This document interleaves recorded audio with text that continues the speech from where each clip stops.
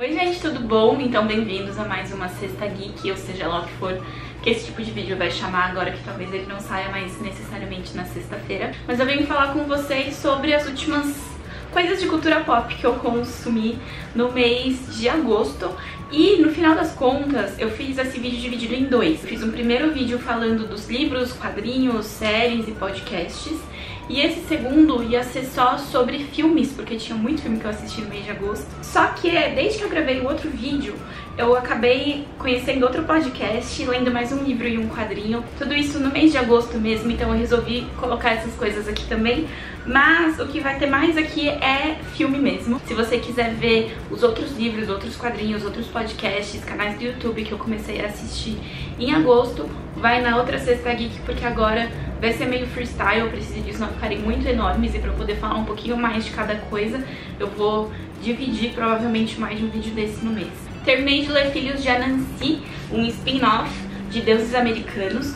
Esse livro é muito divertido, super Neil Gaiman, uma pessoa comum num mundo comum, que nem a gente, que cai de repente no meio de um mundo super fantástico. Ele explora um deus específico que apareceu no Deuses Americanos, que é o Anansi, que é um deus de origem africana, que é uma aranha e faz parte de um mundo onde existem outros vários deuses e cada deus é um animal diferente. Você não precisa ter lido Deuses Americanos para ler Filhos de Anansi.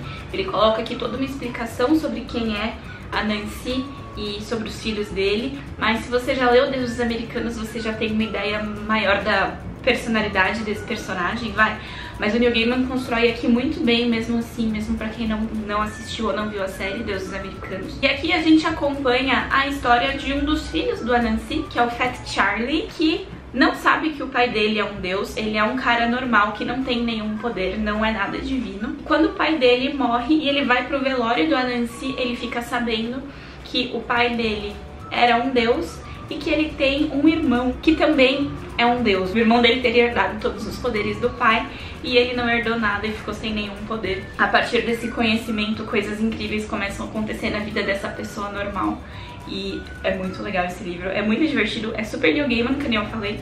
Eu demorei um tiquinho pra engatar no começo, mas é igual todo livro do Neil Gaiman. Você chega ali depois de, sei lá, um terço do livro, o resto você lê numa sentada, porque não tem mais como parar. Gostei bastante. E o quadrinho do mês foi Marvels. Isso daqui é da coleção da Salvati com a Marvel. É uma coleção, acho que de 60 quadrinhos, se eu não me engano. Eu sou no número 13, tô tentando ler um por ano. E o Marvels é uma coleção de 4 histórias muito legais, que explora as histórias mais clássicas da Marvel, mas do ponto de vista da pessoa comum.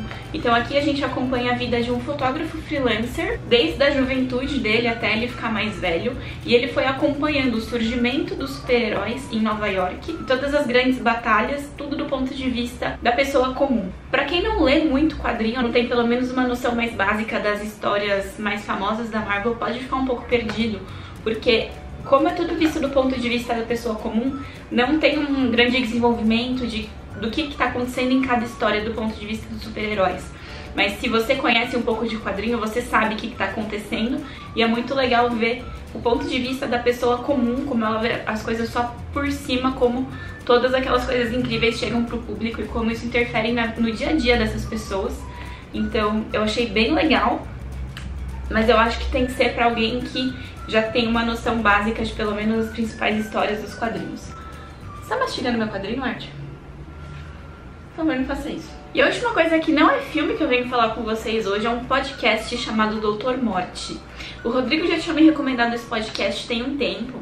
Ele conta uma história verídica, é bem no estilo documentário da Discovery, assim, sobre um neurocirurgião americano que operava muito mal e lesionou e matou muita gente ao longo de 2 ou 3 anos, se eu não me engano. Conta a história desse doutor, dessas pessoas que foram vítimas dele e de pessoas que estavam em volta dele percebendo que tinha alguma coisa que estava errada, mas não sabiam exatamente como denunciar, como avisar, ou às vezes até tentavam denunciar e não eram ouvidas, não tinha nenhuma consequência. É uma história muito aflitiva, contada meio que de um jeito Discovery.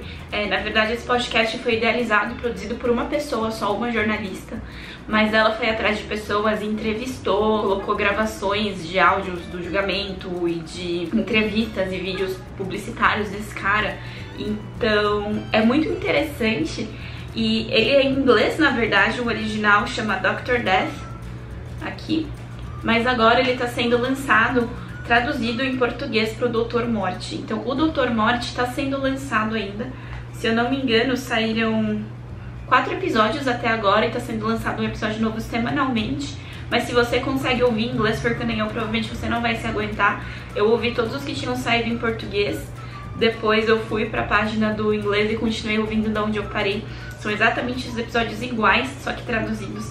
E até a tradução é uma coisa meio Discovery Channel, assim, aquela tradução em português, numa atuação muito forçada, gravado por cima do áudio original, sabe? Então é muito engraçado desse ponto de vista, mas na verdade é uma história bem aflitiva e bem tensa, mas muito, muito interessante. Eles explicam muito bem, mesmo pra quem não é médico, inclusive é feito por uma jornalista, né? Mas pra quem é médico também, você fica com uma agonia de como que ninguém tá parando essa pessoa, sabe? Enfim, bem pesado, mas é bem incrível, assim, eu tô gostando bastante de ouvir. E agora nós temos 6 filmes pra falar. Nossa, eles estão meio temáticos, vamos lá, tem 3 filmes da Disney. Eu fui um pouquinho atrasada, mas assisti o live action do Aladdin.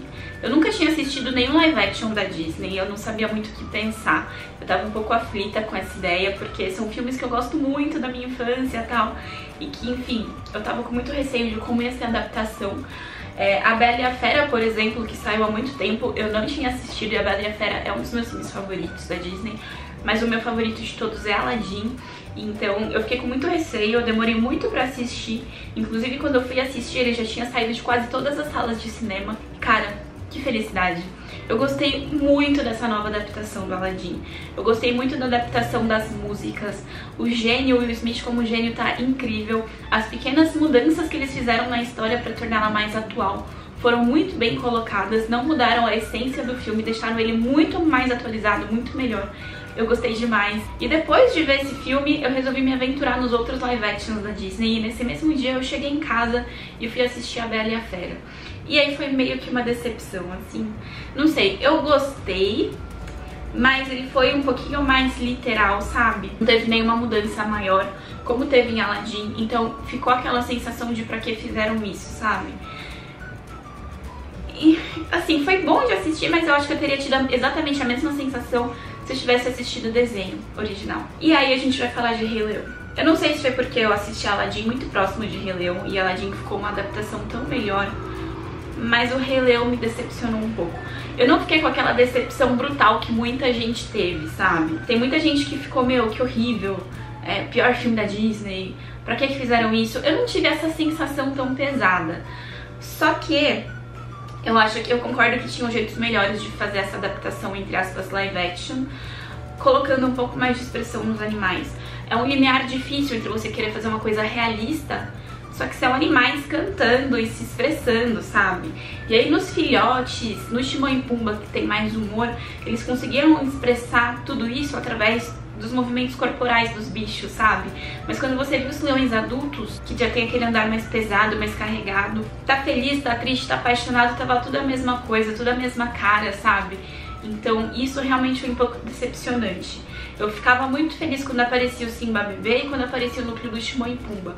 Mas todo o resto do filme pra mim foi muito arrastado. O Scar, cara, ele foi bom, mas aqui o Scar no desenho é uma coisa tão incrível, principalmente na versão dublada, que não tinha como, né? Então, enfim, né? O clube do filme deu uma paradinha esse mês, então a gente até voltou um pouco mais, mas eu acabei vendo só 2 filmes do nosso clube do filme. O primeiro é o Você Nunca Esteve Realmente Aqui. Eu fiquei muito feliz de assistir esse filme, eu gosto muito do Joaquin Phoenix. Her é um dos meus filmes favoritos de todos os tempos. E é uma versão dele um pouco mais brucutu, mas de um jeito bem diferente, assim, bem Joaquin Phoenix. E eu tô super empolgada pra assistir Coringa. Já começaram até as primeiras exibições pra imprensa, já saíram os primeiros reviews, tá todo mundo falando muito bem. E eu acho que o Você Nunca Esteve Realmente Aqui é uma boa introdução, porque pode ser esse Coringa do Joaquin Phoenix. Ele conta a história de um homem que ele aparentemente era um ex-soldado que foi pra guerra e ele trabalha agora como... ele é tipo um assassino de aluguel, só que do bem, assim. Ele é contratado por pessoas que tiveram suas filhas sequestradas, e ele vai atrás das pessoas que sequestraram essas meninas e resgata essas meninas. Só que ele não faz isso tipo da bondade do coração dele, ele é pago pra isso, ele usa de muita violência pra fazer isso. E geralmente são mulheres, meninas, crianças que foram sequestradas pra serem escravas sexuais, e parece que todo um submundo de negócios envolvendo isso.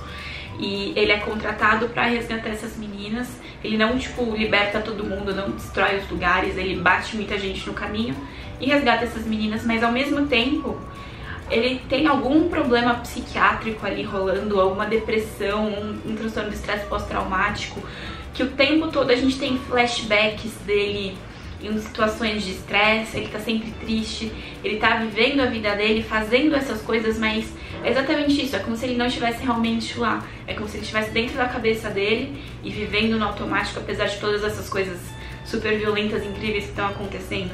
É um filme difícil.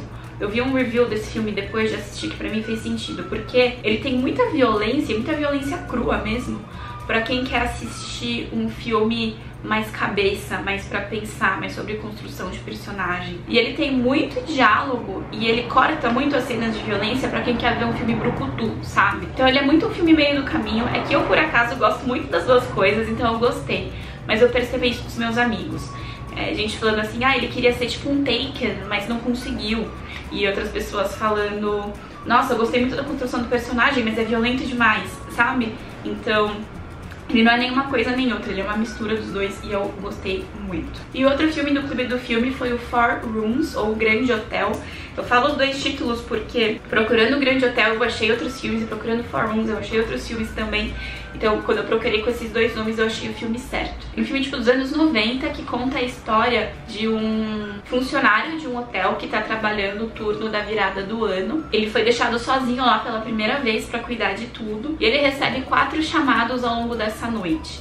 E cada chamado é um curta, vamos dizer assim, dirigido por um diretor diferente. Então ele é um filme que tem essa história coesa, mas cada diretor de cada pedaço do filme fez uma história diferente porque ia acontecer no seu quarto e dirigiu à sua forma. Então ele é muito quebrado, assim, mas ao mesmo tempo a gente tá seguindo um personagem só, que é o Tim Roth novinho, que eu achei muito engraçado de ver o Tim Roth novinho. E esse filme é muito confuso e muito esquisito, mas ele vale a pena pelo último quarto que ele vai, porque esse trecho é dirigido e estrelado pelo Quentin Tarantino. Então, assim, destoa de todo o resto do filme. Eu fui vendo o resto do filme, achando um humor meio esquisito, meio engraçadinho, umas partes meio cringe, umas partes meio que tá acontecendo. Mas você chega no último quarto e é o Tarantino fazendo um monólogo Tarantino, câmeras Tarantino, uma história totalmente Tarantino dentro de um curta, e é incrível, e eu adorei e vale por esse pedaço. É muito difícil achar pra assistir, eu tive que baixar porque não tem em lugar nenhum, nem pagando eu encontrei, mas ainda assim vale a pena. E pra terminar, mantendo o tema Tarantino, assisti Era Uma Vez em Hollywood. Fui no cinema, eu tava muito com o pé atrás de ir no cinema ver esse filme, porque é um filme de quase 3 horas, né? E eu tava tipo, meu Deus, como eu vou conseguir? Fui na sala VIP, momento escrotinha, mas eu gosto de ir na sala VIP. Eu pensei, se tem um momento que vai ter um bom custo-benefício da sala VIP, é num filme de 3 horas. Eu não vou pagar sala VIP pra ver um filme de 1h20, sabe? Fico muito bem na minha poltroninha. Mas pra um filme de 3 horas, eu pedi uma tacinha de vinho, comprei uns gummy bears e me estiquei na poltrona lá. E vivi muito bem o filme por 3 horas e, gente, é Tarantino, né? Tá recebendo uns reviews muito misturados, assim. Tem alguns pedaços do filme mesmo que são meio polêmicos e eu acho que isso é muito Tarantino também. Mas eu gostei muito, eu me diverti, eu achei uma baita homenagem. Eu não me distraí em nenhum momento, nenhuma hora eu quis pegar o relógio pra ver que horas que era. Nenhum momento o filme foi arrastado. Eu adorei, gostei muito, Tarantino. E agora eu tô com um projeto pessoal de ver os filmes dele que eu ainda não vi, né? O Tarantino tem essa ideia de que ele vai fazer só 10 filmes e esse foi o 9º, sendo que ele conta aqui o Bill 1 e 2 como um filme só.